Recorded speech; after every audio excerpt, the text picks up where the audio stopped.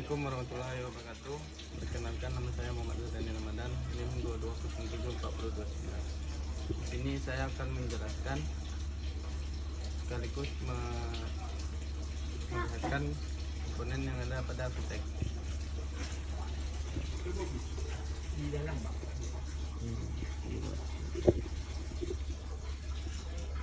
VTEC itu adalah Intelligent Variable Valve Timing and Leaf Electronic Control, adalah teknologi mesin dari Honda yang mengatur bukaan katup valve secara variabel sesuai kebutuhan mesin. Komponen utama pada VTEC terdapat itu, yang pertama adalah ECU. ECU ada di dalam mobil, di dalam dashboard. Electronic Control Unit mengontrol sistem VTEC berdasarkan data sensor, RPM posisi throttle, suhu mesin dan lain-lain. Yang kedua ada solenoid. Solenoid VTEC mengatur aliran oli ke aktuator VTEC untuk mengaktifkan bonde camshaft yang berbeda. Yang ketiga ada hydraulic actuator. Aktuator hidrolik digerakkan oleh tekanan oli untuk mengunci atau membuka rocker arm. Yang keempat ada rocker arm atau lengan ayun katup, digerakkan oleh profil camshaft yang berbeda. Yang kelima ada camshaft.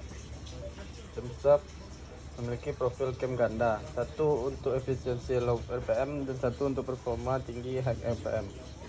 Yang keenam ada sensor-sensor. Contohnya sensor camshaft, juga di sini, terus sensor tekanan oli, sensor suhu mesin dan lain-lain. Cara kerja VTEC pada saat RPM rendah, efisiensi tinggi. Mesin menggunakan profil camshaft yang lembut, low lift, short duration untuk menghemat bahan bakar dan mengurangi emisi. Kedua, RPM tinggi pada performa tinggi. Saat RPM dan beban tertentu tercapai, ECU mengaktifkan solenoid VTEC. Oli bertekanan tinggi diarahkan ke aktuator untuk mengunci ketiga rocker arm. Camshaft dengan profil performa high lift long duration mulai menggerakkan semua rocker arm dan membuka katup lebih lebar dan lebih lama. Hasilnya tenaga meningkat signifikan.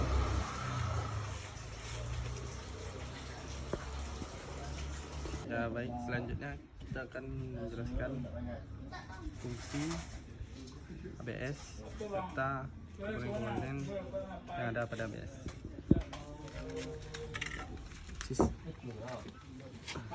Sistem ABS, anti lock braking system, adalah sistem pengereman yang mencegah roda mengunci saat pengereman mendadak.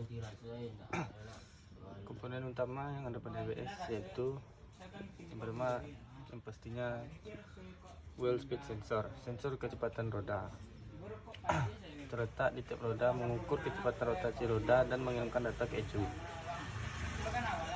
Kedua ada ECU ABS, terletak pada ECU, Electronic Control Unit, otak dari sistem ABS, menerima data dari sensor kecepatan roda, menganalisis perbedaan kecepatan tiap roda. Ketiga ada Hydraulic Control Unit, HCU, mengatur tekanan minyak rem berdasarkan perintah dari ECU ABS. Terdiri dari 3 bagian. Yang pertama inlet valve, yang kedua outlet valve, yang ketiga pump. Keempat ada ABS modulator, bagian dari HCU yang melakukan aksi fisik terhadap tekanan rem, bertugas membuka dan menutup katup dengan cepat untuk mengatur tekanan pada rem masing-masing roda. Kelima ada relay dan fuse ABS. Keempat, lampu indikator ABS, ABS warning light, menyala di dashboard jika ada kerusakan pada sistem ABS. Cara kerja ABS yaitu pertama, pengereman normal rem biasa, ABS tidak aktif, sistem bekerja seperti biasa. Yang kedua, pengereman darurat mendadak, sensor kecepatan mendeteksi bahwa salah satu roda melambat drastis, indikasi mengunci. ECU ABS menganalisis data dari semua sensor roda. Jika roda terdeteksi akan mengunci, ECU mengaktifkan HCU, yaitu modulasi tekanan rem. HCU mengatur tekanan minyak rem dengan membuka dan menutup katup inlet dan outlet secara cepat. Siklus ini diulang cepat hingga 15 kali per detik untuk mencegah roda mengunci namun tetap memberikan gaya pengereman maksimal. Setelah kendaraan melambat aman, sistem kembali normal. Selanjutnya, manfaat ABS. Pertama itu mencegah roda terkunci saat mendadak. Kedua, mempertahankan traksi ban. Yang ketiga, memberi kontrol kemudi saat pengereman. Dan yang keempat, mengunci risiko tergelincir terutama di jalan licin. Selanjutnya saya akan menjelaskan apa itu VVTi, komponennya dan cara kerjanya. VVTi, Variable Valve Timing Weight Intelligence, adalah teknologi yang dikembangkan oleh Toyota untuk mengatur waktu buka tutup katup secara variabel agar efisiensi bahan bakar meningkat, emisi berkurang, dan tenaga mesin optimal pada berbagai putaran mesin. Komponen-komponen utama pada VVTi. Yang pertama itu ECU. ECU adalah otak sistem yang mengatur timing katup berdasarkan input sensor. Kedua, OCV, Oil Control Valve. Katup solenoid yang mengatur aliran oli ke aktuator camshaft. ECU mengontrol buka tutup OCV. Yang ketiga ada camshaft timing oil control valve atau VVTi aktuator, berada di bagian belakang. Mekanisme hidrolik yang berada di ujung camshaft, biasanya cancel tag, menggeser posisi camshaft untuk mempercepat atau memperlambat waktu buka katup. Yang keempat ada sensor posisi camshaft dan crankshaft, CMP dan CKP sensor, memberikan informasi posisi pasti camshaft dan crankshaft ke ECU. Yang kelima ada sistem pelumasan atau oli mesin. Oli bertekanan digunakan untuk menggerakkan aktuator VVTi. Kualitas dan tekanan oli sangat penting.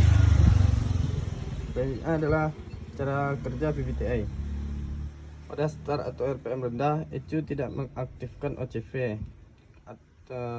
Camshaft berada di posisi standar untuk ideal halus dan emisi rendah. Yang kedua, RPM sedang hingga tinggi. ECU membaca kebutuhan mesin. Jika perlu tenaga lebih, ECU mengaktifkan OCV untuk mengalirkan oli ke aktuator.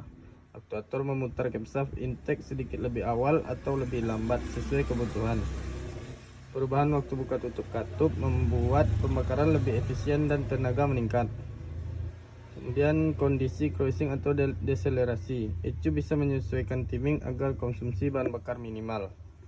Selanjutnya saya akan menjelaskan sistem pengapian elektronik pada mobil. Sistem pengapian elektronik pada mobil berfungsi untuk menghasilkan percikan api di busi agar campuran udara dan bahan bakar dapat terbakar di dalam ruang bakar. Sistem ini lebih efisien, presisi, dan minim perawatan dibanding sistem pengapian konvensional dengan gelatina. Komponen utama sistem pengapian elektronik. Pertama itu yang pastinya ECU, Electronic Control Unit atau Ignition Control Module (ICM), mengatur waktu pengapian berdasarkan dari data berbagai sensor.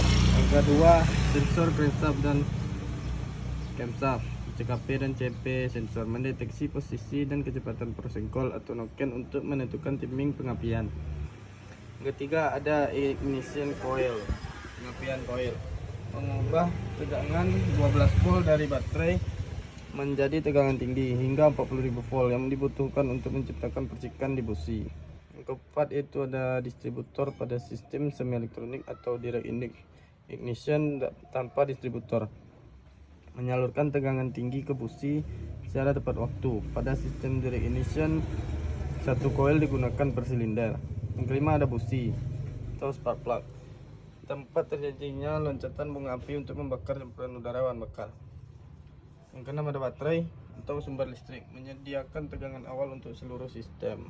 Cara kerja sistem pengapian elektronik. Yang pertama, deteksi posisi mesin. Sensor CKP atau CMP mengirimkan sinyal posisi dan kecepatan poros engkol ke ECU.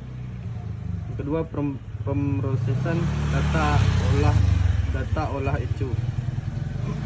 ECU menghitung waktu terbaik untuk pengapian berdasarkan sensor. Tiga, ada pemicu koil pengapian. ECU mengirim sinyal ke ignition coil untuk memutus arus primer.